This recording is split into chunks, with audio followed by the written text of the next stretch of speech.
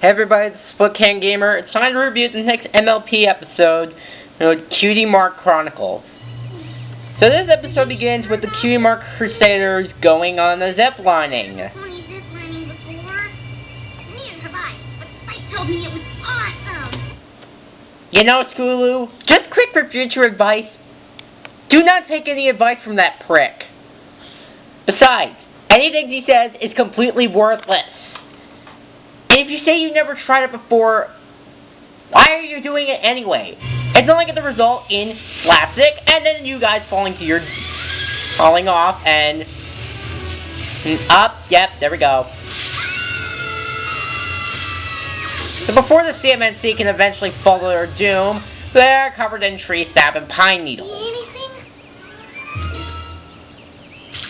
Tree sap and pine needles, but no Cutie Mark.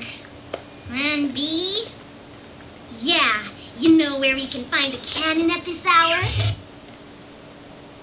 I think Scootaloo may be on the extreme side today. So then they decided to... Safe idea. Yeah, I mean... So basically, afterwards, after not trying to shoot themselves out of a cannon, Applebloom suggests to Sweetie Belle and Scootaloo to try to find some of the other ponies that actually got their Cutie Marks already and ask them how they earned theirs. And after one comedy routine, Scootaloo suggests to go look for a Rainbow Dash. Cloudsail. Fluttershy? No, Rainbow Dash. Oh, yeah, that makes much more sense. Of course. Let's do it. Let's find out how Rainbow Dash earned her Cutie Mark. Yeah!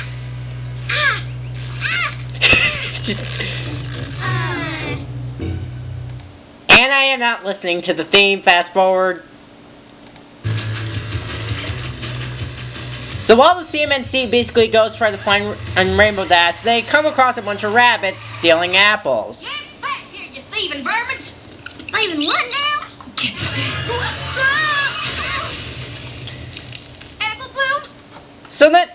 But then Applebloom just gets the idea to ask Applejack. Hey sis, how'd you get your Cutie Mark? I never told you that story. Hey, I thought we were gonna ask Rainbow Dash. We need all the help we can get. Fine. So then we get our first backstory of how Applejack earned her Cutie Mark. Why, shoot. I was just a little filly, even littler than y'all.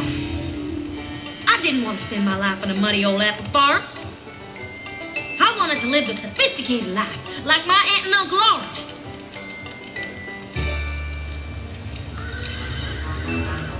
So I set out to try my luck in the big city, Manhattan, the most cosmopolitan city in all of Quixley. Hey, out of the way, you rogue! Okay, so in case for some of you who missed it, let me put this in blunt English.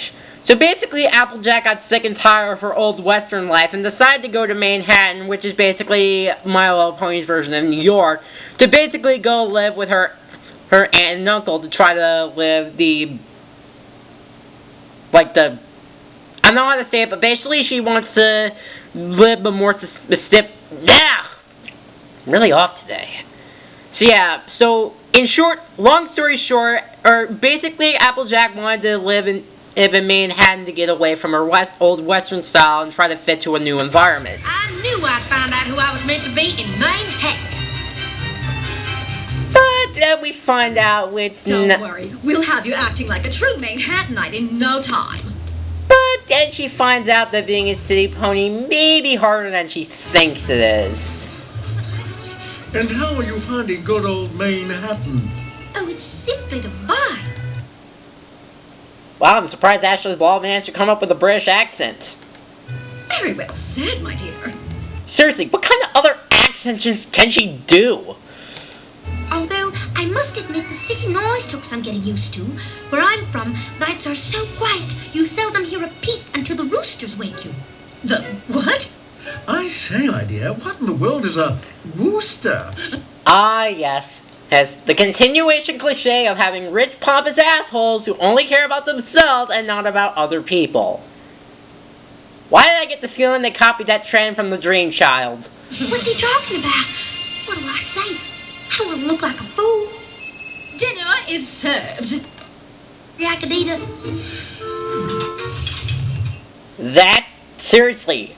I'm with Applejack on this one. Do they really think that a small piece of orange is an excuse for dinner? Well, then, of course, Applejack realizes that this new lifestyle's not that very good. Cock-a-doodle-doo. Oh, I wonder what Granny Smith and Big Macintosh are up to. I bet they're apple bucking their way through the red delicious trees. Oh, what I wouldn't give for just one bite. I never felt so homesick in all my days as I did right then. It was amazing. A rainbow pointing right back to home.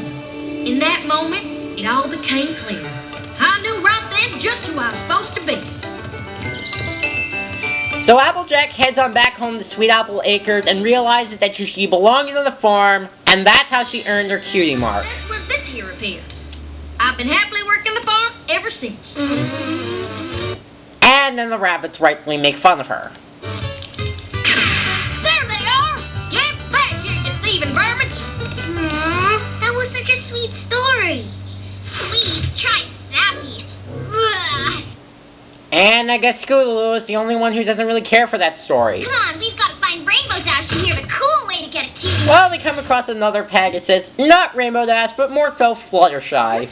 Someone could get hurt. Why are you in such a hurry anyway? We're trying to find Rainbow Dash so we can hear how she earned her cutie mark. And I guess you know where this is going to lead. Oh, that would be interesting. You know, I wouldn't have gotten my cutie mark if it weren't for her. Rainbow Dash? Really? Yeah, so I guess we find out that Rainbow Dash actually helped Fluttershy earn her cutie mark, and now it's time to hear Fluttershy's backstory. You'd never guess that when I was little, I was very shy. And a very weak flyer. Again, put it in blunt English, it's back at the summer camp for Pegasus, I guess. Fluttershy was basically a lot more shy than, well, she pretty much already is. But she doesn't really fly as great now. Oh, she can't even keep her balance. And can't even use her wings either. And then we get these stereotypical bullies to make fun of her. Maybe Bunny can fly better than you. It was the most humiliating moment of my life. And then, out of nowhere. But then a younger version of Rainbow Dash shows up to try to protect her. Leave her alone! Oh, what are you gonna do, Rainbow Crash? Man, I can't believe they actually still managed to make fun of her even as a kid. Keep making fun of her and find out! You think you're such a big shot? Why don't you prove it? What do you have in mind? Oh boy, this is going to be a downfall for them. You're going down. In history, baby! You boys at the finish line! So yeah, apparently Rainbow Dash is having a race, and they're speeding knocked Fluttershy off the cloud. But then she's saved by a flock of butterflies. I've never seen such beautiful creatures. Butterflies don't fly as high as my cloud home, and I've never been near the ground before. What is this place filled with? Well, I guess it wouldn't be MLP if it didn't have a song. This spell that I am no wonder. Squirrels in the trees and the cute little bunny. Birds flying free and bees with their honey,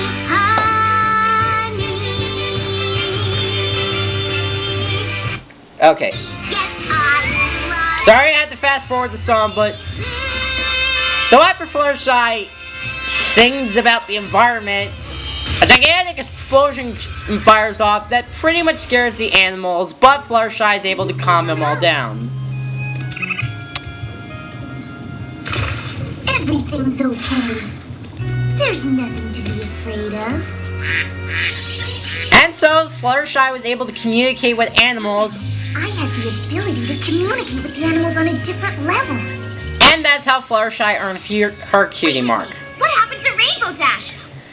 Ugh, Scootaloo, really? Oh, well, I wasn't there, so I don't really know what happened. And besides Scootaloo, maybe you didn't hear about the part that Rainbow Dash and the you guys knocked her off the cloud. Come on, Crusaders, we've got to find her. Now, So fast forwarding, they decide to go see Rarity, but pretty much tries to get them into dying. that's the story. Are you girls still obsessing over your cutie marks? Of course. Most of the fillies at school already have theirs. I know how you feel. For the longest time, I couldn't figure out why I didn't have mine. So thus we get at Rarity's backstory, or of how she got her. Apparently she was basically she was still a fashionista even as a child. But back then her designs weren't. She thought her designs weren't really all that great. Well done, Rarity. Your costumes are very nice. Nice?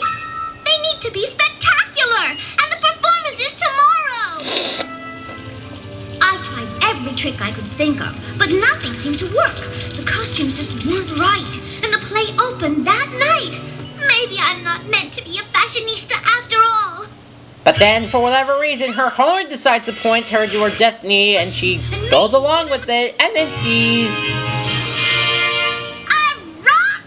That's my destiny? What is your problem, Horn? I followed you all the way out here for a rock? Dumb rock! But then another explosion cracks the rock open, and Rarity finds jewels inside. And then she gets the idea of putting the jewels on the costumes and make them a lot more sparkly.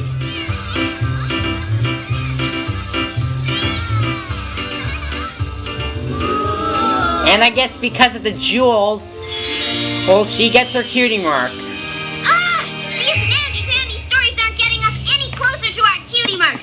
They're all about finding who you really are and boring stuff like that. That's exactly the point, you dumb bitch. Yes, Scootaloo, that's exactly. Come on, girls. We need action. We need Rainbow Dash.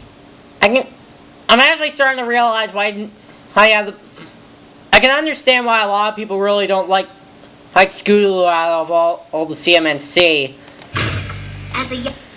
And then we finally get to dive deeper into Twilight's backstory. I always wanted to go to the Summer Sun Celebration, where Princess Celestia raises the sun, and I saw the most amazing, most wonderful thing I've ever seen. So I guess according to Twilight's backstory, she was, during the time when she was still in Canada a lot, I guess, that she would always see Princess Celestia look up to her as like her idol back then. And watch her raise the sun. And I guess because of this, she decided to pour herself into studying.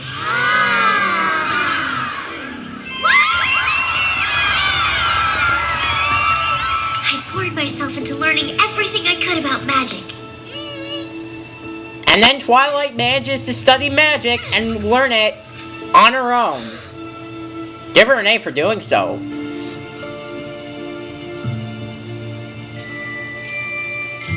My parents decided to enroll me in Princess Celestia's School for Gifted Unicorns. It was a dream come true.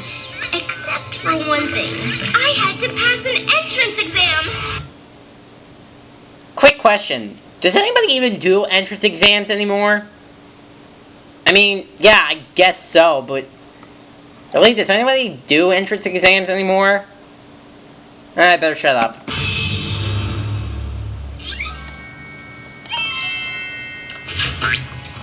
So I guess the test is they want Twilight to open a dragon egg. Well, Miss Sparkle? And I guess with the egg, you all know what this is going to lead to. But of course, like older Twilight, she's pretty much nervous.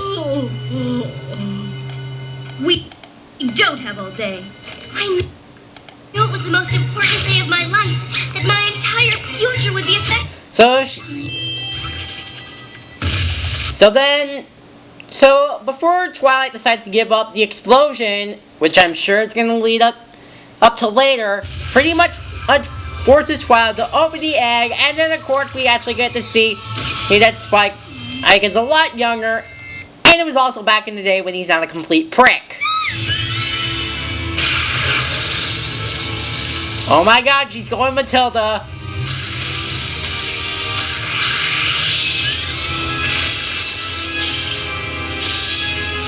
But then I guess this gets Celestia's attention somehow, and she manages to calm her down.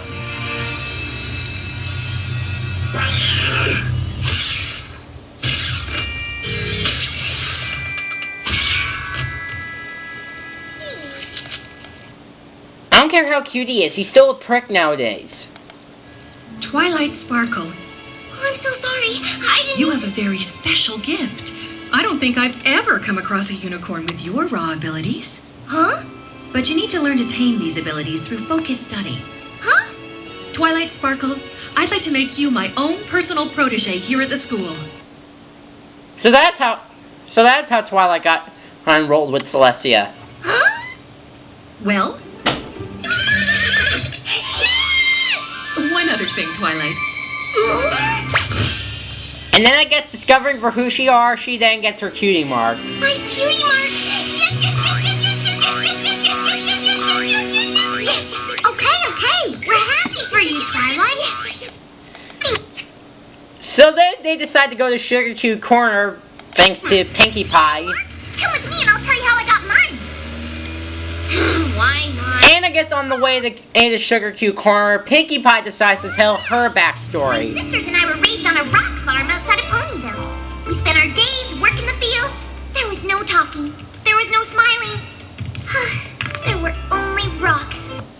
So again, putting that in blunt English, basically a long time ago, Pinkie used to live with her family, who basically worked on a rock farm, which is basically like a... how should I put this without sounding like a complete racist?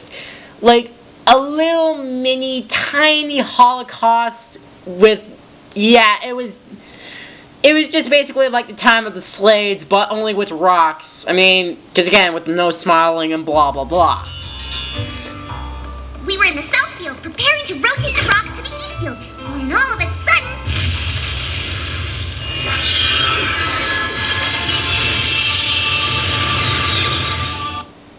So that's where she got the hairstyle. I never felt joy like that before. It felt so good I just wanted to keep smiling forever. And I wanted everyone I knew to smile too. But rainbows don't come along that often. I wondered, how else could I create some smiles? So basically, to put it in blunt English, the same rainbow from the other fourth story pretty much teaches Pinkie how to smile, and then she gets the idea of trying to make everybody else in her family smile. And then we get to hear Pinkie's full name. Mr. Rocks from the South Field. Pinkamena Diane Pie, is that you? Pinkamena Diane Pie? Who came up with that name? Well, whoever did, you definitely get a gold medal for that. Mom, I need you and Dad and the sisters to come in here, quick! So basically, they go inside, and that's where Pinkie introduces to, you guessed it, Surprise! You like it? It's called a party! and I guess it's also pretty much where we got her zany personality.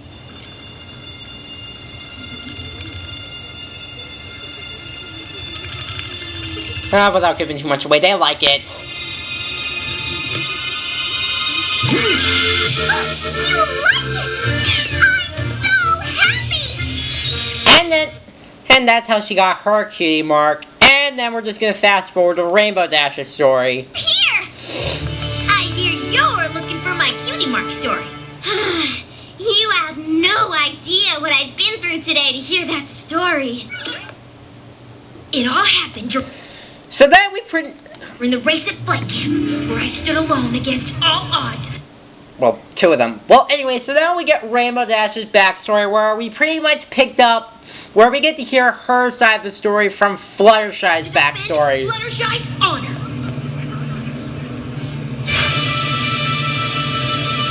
Only this time we actually get to focus on the race.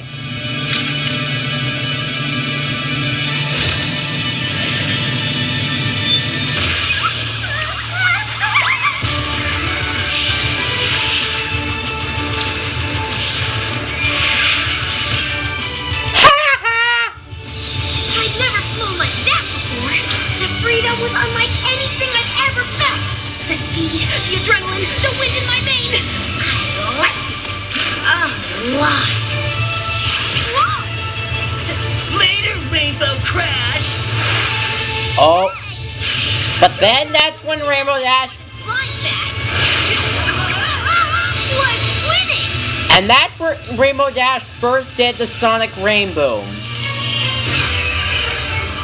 Most people thought that the Sonic Rainboom was just an old mare thing. But that day, the day I discovered racing, I proved that the legends were true. I made the impossible happen. Holy crap. So that was Rainbow Dash's backstory, and guess what that same Rainboom was like? Is how you are. I heard that explosion, and I saw the rainbow too. Rainbow Dash, if you hadn't scared the animals, I never would have learned I could communicate with them and gotten my cutie mark. I heard that boom, and right afterwards there was this amazing rainbow that taught me to smile. When I got my cutie mark, I saw a rainbow that pointed me home. I bet it was your Sonic Rainbow. There was an explosion I could never explain when I got my cutie mark. This is uncanny. If that explosion didn't happen when it did, I would have blown my entrance exam. Rainbow Dash, I think you helped me earn my cutie mark too. Yes, we all owe our cutie marks to you. Do you realize what this means? All of us had a special connection before we even met. We've been BFFs forever, and we didn't even know it. Come here, y'all. Oh, I love you guys. Aww. Ew. Give me a break. Come on, Crusaders. Maybe we just need to try zip lining again. Okay, fast forward for morals of the day. Today I learned something amazing. Every pony everywhere has a special magical connection with her friends, maybe even before she's met them. If you're feeling lonely and you're still searching for your true friends, just look up in the sky. Who knows? Maybe you and your future best friends are all looking at the same rainbow. Gross. When did you get so cheesy? Just write it, Spike. So that was pretty much episode 23 of the Cutie Mark Chronicles. Woo! Yeah! The board, to put it short, see the smile? Like I even have to say it, it's awesome. I mean, I really fully enjoyed this episode to the max. All the stories are tied in together perfectly. The backstories are interesting. The comedy is there. Everything in that makes MLP so good, and diving deeper into the main six's backstory, it's pretty much a lot like the Alice Twilight fight in No More Heroes 2.